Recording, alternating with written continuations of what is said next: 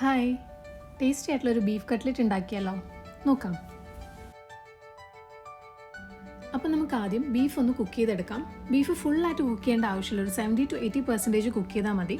അപ്പോൾ ഞാനിവിടെ ഒരു കുക്കറിൽ ഒരു അറൗണ്ട് 500 grams ബീഫ് എടുത്തിട്ടുണ്ട്. അതിലേക്ക് ആവശ്യത്തിനുള്ള ഉപ്പും, 1 സ്പൂൺ പെപ്പർ പൗഡർ, പിന്നെ ഒരു 1/4 സ്പൂൺ ടർമറിക് പൗഡർ, പിന്നെ ഒരു 1/2 സ്പൂൺ ചില്ലി പൗഡർ, പിന്നെ ഒരു 1/4 കപ്പ് വെള്ളം, ഇതെല്ലാം കൂടെ ചേർത്ത് ഒന്ന് കുക്ക് ചെയ്തെടുക്കാം.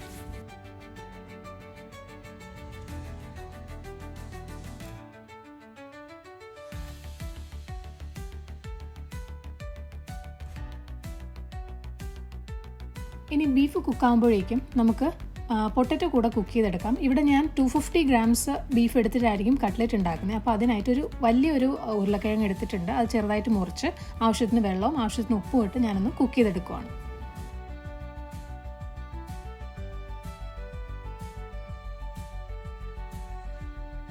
ഇപ്പോൾ ഈ ഉരുളക്കിഴങ്ങ് നന്നായിട്ട് കുക്കായിട്ടുണ്ട്. അപ്പോൾ ഞാനിനി ഇത് സ്ട്രെയിൻ ചെയ്തൊന്ന് മാറ്റി വെക്കുവാണ് തണുക്കാനായിട്ട്.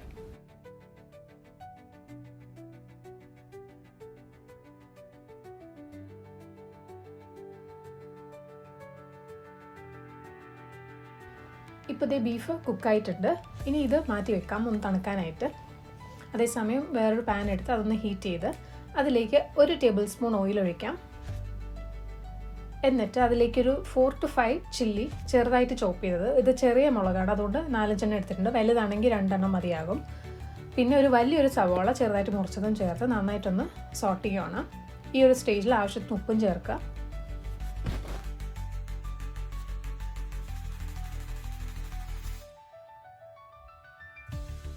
സവാള ഒന്ന് വാടാൻ തുടങ്ങുമ്പോഴേക്കും ഇതിലേക്ക് 1 table spoon ginger garlic paste കൂടെ ചേർത്ത് നന്നായിട്ടൊന്ന് സോട്ട് ചെയ്തെടുക്കാം. ആ ഒരു ജിഞ്ചർ ഗാർലിക്കിൻ്റെ പച്ചച്ചവയ്ക്ക് പോകുന്നവരെ നന്നായിട്ടൊന്ന് വാട്ടിയെടുക്കാം. ഇനി നമുക്കിതിലേക്ക് ഒരു 1 ടീസ്പൂണോളം പെപ്പർ പൗഡർ കൂടെ ചേർക്കാം. എന്നിട്ട് ഒന്നുകൂടെ നന്നായിട്ടൊന്ന് സോട്ട് ചെയ്യാം. എന്നിട്ട് ഇനി ഇതിലേക്ക് മസാല പൗഡേഴ്സ് ഇടാം. ഒരു 1 ടേബിൾ സ്പൂൺ ചില്ലി പൗഡർ, ഒരു 1/2 tablespoon coriander powder, 1/2 tablespoon meat masala. ഇതെല്ലാം കൂടെ കരിയാതെ ഒരു ലോ ടു മീഡിയം ഹീറ്റിൽ വെച്ച് നന്നായിട്ടൊന്ന് സോട്ട് ചെയ്തെടുക്കാം.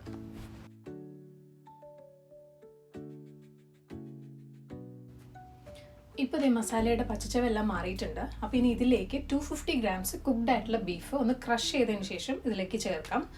ഈ ഒരു സ്റ്റേജിൽ ആവശ്യത്തിനുള്ള ഉപ്പും ചേർക്കാം. പിന്നെ ഒരു പിടി മല്ലിയില ചേർക്കുന്നുണ്ട്. അതേപോലെ ഒരു 1/2 നാരങ്ങയുടെ ജ്യൂസ്, ലെമൺ ജ്യൂസ് ചേർക്കുന്നുണ്ട്. ആൻഡ് ഓൾസോ നമ്മൾ ആ ബീഫ് കുക്ക് ചെയ്ത സ്റ്റോക്കിൽ നിന്നും ഒരു 2 ടേബിൾ സ്പൂൺ സ്റ്റോക്ക് വാട്ടറും കൂടെ ചേർത്തിട്ട് ഈ ഒരു മിക്സറിനെ ഒന്ന് നന്നായിട്ട് ഡ്രൈ ആയിട്ട് എടുക്കാം. ഇപ്പോൾ മിക്സ്ചർ റെഡി ആയിട്ടുണ്ട്. ഇനി ഇതിലേക്ക് നമ്മൾ നേരത്തെ കുക്ക് ചെയ്ത പൊട്ടറ്റോ ഒന്ന് ക്രഷ് ചെയ്ത് അതും കൂടെ ചേർത്ത് ഒന്ന് മിക്സ് ചെയ്തെടുക്കാം. എന്നിട്ട് സ്റ്റവ് ഓഫ് ചെയ്ത് ഈ മിക്സ്ചർ ഒന്ന് തണുക്കാനായിട്ട് മാറ്റി വെക്കാം.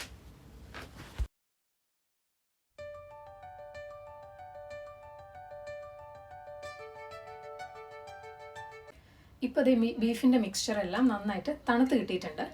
ഇനി ഇത് കട്ട്ലറ്റ് ഉണ്ടാക്കാനായിട്ട് ഞാനൊരു ബൗളിൽ 2 മുട്ട ബീറ്റ് ചെയ്ത് വെച്ചിട്ടുണ്ട്. അതേപോലെ വേറൊരു ബൗളിൽ ബ്രെഡ് ക്രംസ് റെഡി ആക്കിയിട്ടുണ്ട്. ഈ ബ്രെഡ് ക്രംസ് എന്ന് പറഞ്ഞാൽ സാധാ ഹോൾ വീറ്റ് ബ്രെഡ്, അതിനെ ഞാനൊന്ന് മിക്സറിൽ ക്രഷ് ചെയ്ത് വെച്ചേക്കുവാണ്.